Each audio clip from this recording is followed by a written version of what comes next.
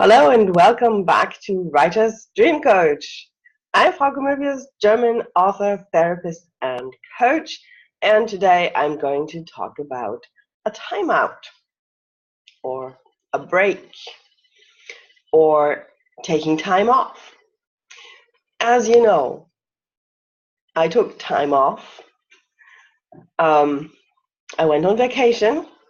I saw my family, I saw friends, and it was a blast.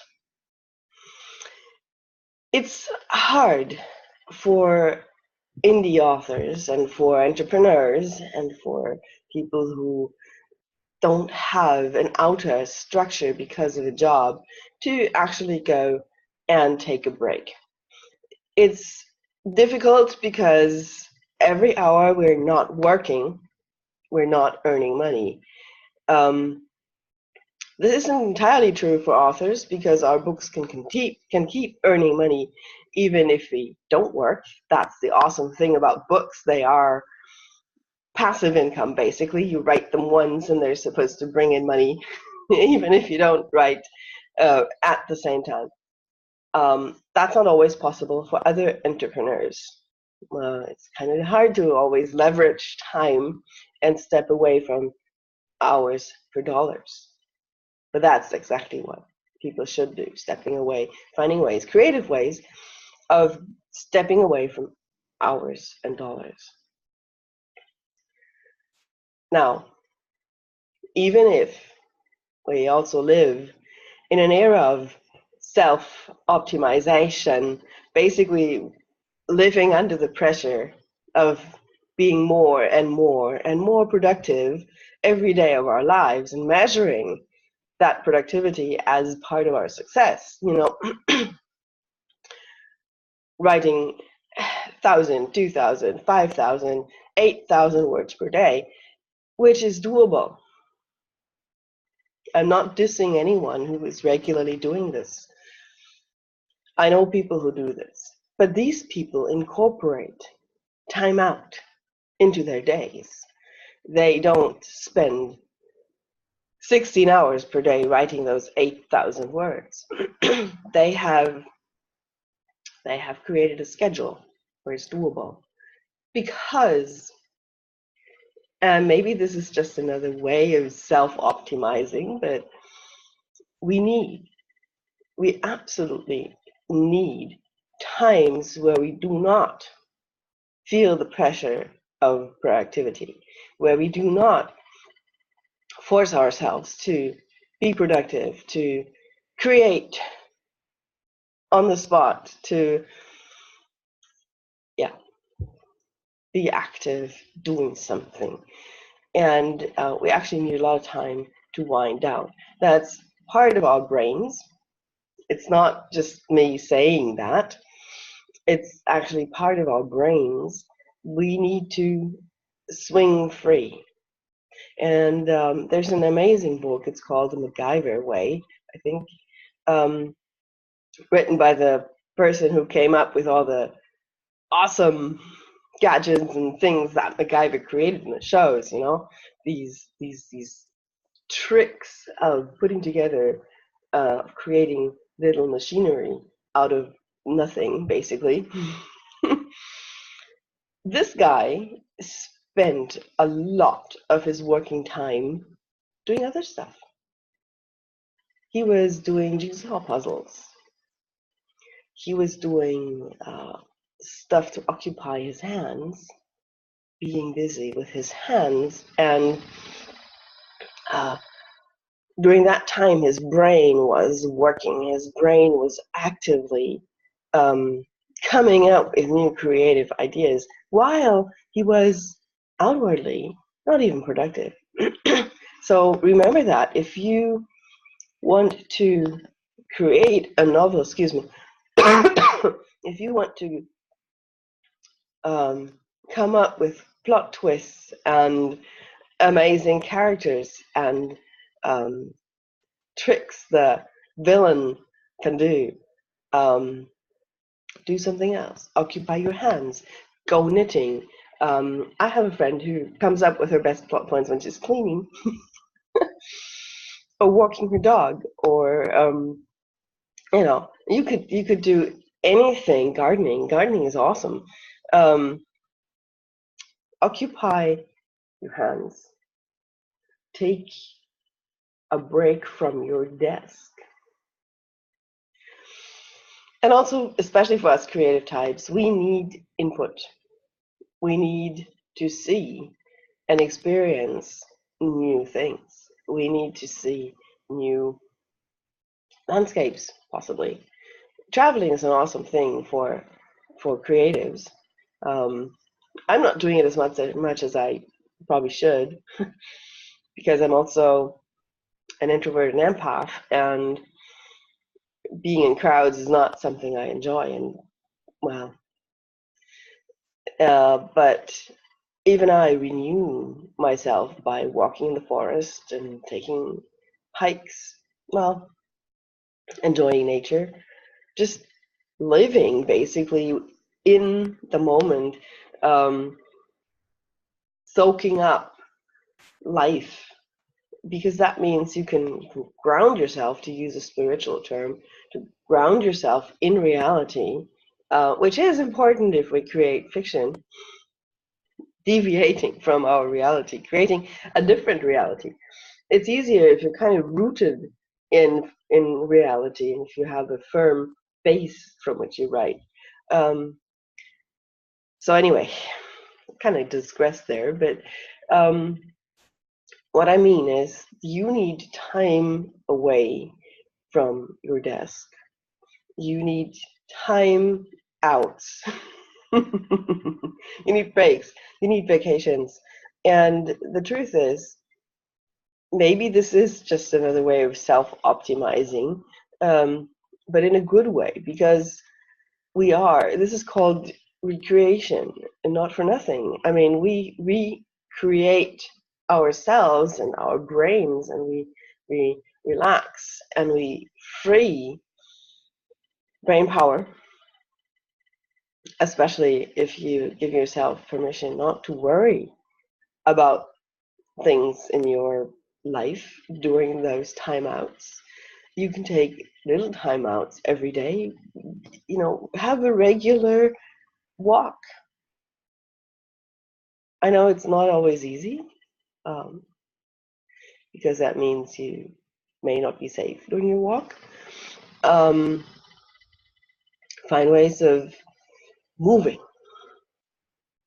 We are actually a species that naturally moves around, walks a lot. I mean, you had no other way of getting around in the Stone Ages until people discovered horseback riding, um, and created carts. But before that, everyone just walked. And you may not believe it, but people walked hundreds of miles in the Stone Ages. They traveled hundreds of miles to get resources. We have evidence, and you may not be familiar with Europe, but we have evidence that people literally walked from the Alpine Mountains to the Baltic shore to get amber, to get certain kinds of flint. There is red flint in Europe, and it's only found in a small area around Heligoland Island. People walked there to get red flint. And they walked hundreds and hundreds of miles, and not thousands. It took them weeks. They took the time. It didn't matter, back then. It really did not matter if you, hunted in your area or hunted on your way to get somewhere. How did they know that? Well, they knew their world. They literally knew it with their feet. They walked it. Now, nowadays, if we are lucky, we walk half an hour a day, but it's still better than not walking, and it does give your body a good feeling. It grounds you. It gets your heart rate going, gets your blood flowing, and we need blood flow in our brains in order to think. So create a walk, create a quiet time every day where you do not worry. That's very important. You can meditate. You can just sit on your terrace or sit on your deck, with your mug of coffee or something, and daydream, contemplate. We have lost the art of contemplation, and we need contemplation in order to create, to come up with ideas. And you might say, yeah, that's why we plot. I mean, that's why we sit down and plot and write out the story, how it goes. And that is true. But you still need creative power in order to do that. And yes, even if you write romance and have a fairly strict formula to follow through your story, and even if you have like a basic plot that you repeat in your books, which is fine, nothing wrong with that, it still pays to have that little creative spark to make each of your stories unique. And you get that by not pushing yourself. You get that by, how to say that? By stepping out of everyday pressure, by stepping out of your everyday life. You need to have the space for your thoughts to roam free. And you get that most easily by a timeout. It doesn't have to be weeks and weeks of travel, although authors did that. You may not know, but Johann Wolfgang von Goethe traveled extensively, and in his time that meant spending days and days in coaches, rattling on horrible country roads. He traveled to Italy, and it's very famous how he kept a diary of his travels and how he experienced different expressions of culture and how he incorporated that into his stories. So give yourself that kind of time out. And I've been rambling a little bit. I can't stress enough, and I don't want to stress you, but I can't express enough how important it is to get out of your rut, how important it is to give yourself these creative mental timeouts. And hey, yeah, they can be 10 days, they can be an hour, but do them. You will be renewed. Your creativity will be larger, easier to access. The words will flow better if you give yourself these timeouts. If you allow yourself the space for daydreaming. I did this last morning when I was lying in bed and didn't have to get up. It was a public holiday here in Germany yesterday. And I was just lying in bed and it was warm, it was comfy. And that's the time when my brain goes into creative mode. And finally, one of my characters talked to me, and in a story where I have been somewhat stuck, and she kind of told me how things were going to move. And that is the kind of creative breakthrough I love, and it does not happen while you're stressing out over taxes. It does not happen while you're stressing out about taking your kids to soccer. It happens in those quiet moments, and you need to orchestrate them and add them to your life, or actually make the space, push life aside a little, and give yourself that time out. I'll see you again next week. I do have questions. Please think about what I have as a question below the video. I have a newsletter you can sign up to, and I teach a class this month about how to release resistance to writing. So you can write more easily and you can write faster.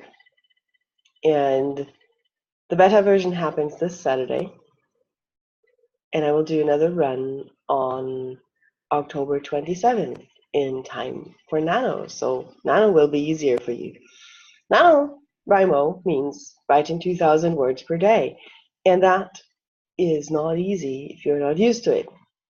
So if you use EFT tapping, the thing that I teach on my blog, to release resistances to writing, it'll be much easier to get your 2,000 words per day. I can do that in between an hour and 90 minutes, usually just a little more than an hour, if the words are flowing and they don't flow with resistance. So keep an eye out for the Tapping into 1K class, and I'll see you again next week. Bye-bye.